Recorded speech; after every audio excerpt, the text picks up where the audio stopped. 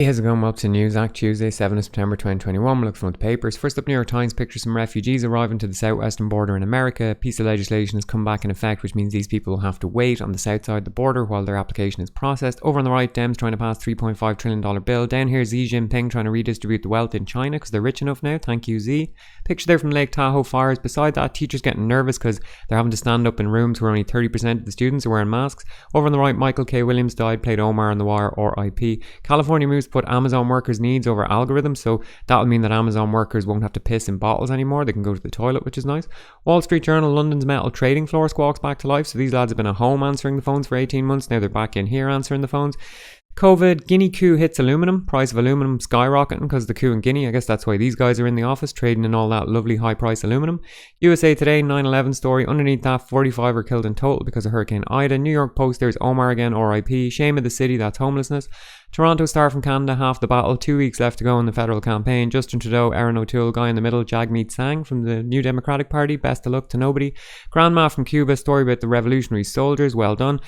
Something about new pesos coming on the way, and the story here basically says that kids won't be going back to school just yet because they want to vaccinate all kids between the ages of 2 and 18. And so in the meantime, they'll all go home and do their class from there. And a lot of people don't have laptops, obviously, so they're doing it on the television, which is good. Down the bottom, quote from Fidel: "It is not the same to fight for a salary than to be a soldier of a patriotic ideal." True words. Amen. Thank you, Fidel. Citizen for South Africa, Zuma parole football. Global Times from China, Guinea coup again.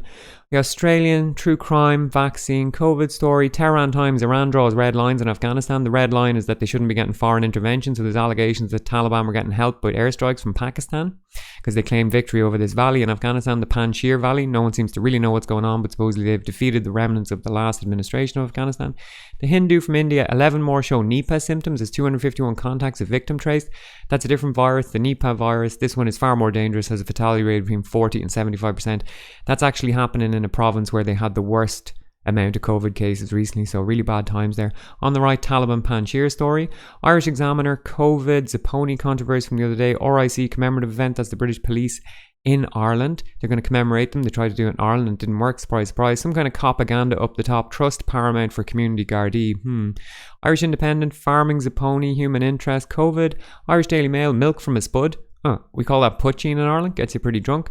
Zapponi, thirst posting. The Herald, football, true crime. Irish World, a paper for the Irish in Britain, talking about the amnesty that Johnson was putting forward for the British soldiers, being described as Pinochet plus. Yep. Belfast Telegraph, COVID, this is not real cops, this is fake cops from some show called Line of Duty, which people seem to love, even though it's clearly propaganda. It's getting an award for some reason. The Herald from Scotland, COVID. Down the bottom, Claire Taylor, 4-day work idea needs a reality check. Yeah, it does. It should be a 3-day work week. Financial Times, Guinea coup, aluminium, a 10-year high. I guess that's what we call it this side of the pond, not aluminum. Something about crypto, something about Goldman Sachs doing some kind of $5 billion deal, yet another merger.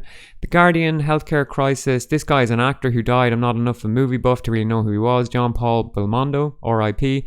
Northern Ireland Protocol talks reach stalemate. So they're basically going to indefinitely postpone checks on goods going into Northern Ireland because they can't come to agreement with the EU. Probably just stay that way forever. Much easier for everyone concerned. The Times, people on the move arriving in Kent yesterday. Apparently they set a new record, 1,000 people, because the weather was good. Stop more migrants or pay the price, France warned. Apparently the Brits gave money to France to stop migrant crossings, to intercept them. Now they've set them a target of 3 and 4 crossings. They have to stop 75% of people who attempt it, or they're going to stop paying them. Daily Tory graph, something about Tories condemn tax rise sham. Boris wants to raise taxes, but it goes right against something he said in his manifesto, so Tories are not happy. Down here, Suzanne Moore, what will Hilary Mantel achieve by moving to Ireland? So Hilary Mantel is an author. I think she's won the Booker Prize, or she's certainly been shortlisted for it. But she basically came out and said, "We see the ugly face of contemporary Britain in the people on the beaches abusing exhausted refugees." She said she's seeking to relocate to Ireland as she felt the need to become European again. She said she never felt British because she was northern, working class and Catholic.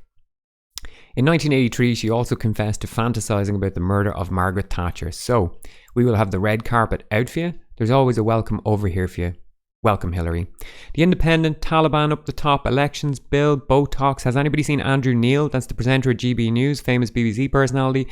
He launched GB News back at the start of the summer, and after 2 weeks he went off to south of France and said, no, I'm not up for it just yet because there's technical difficulties. He was supposed to come back yesterday, but he hasn't come back, so he's probably not coming back.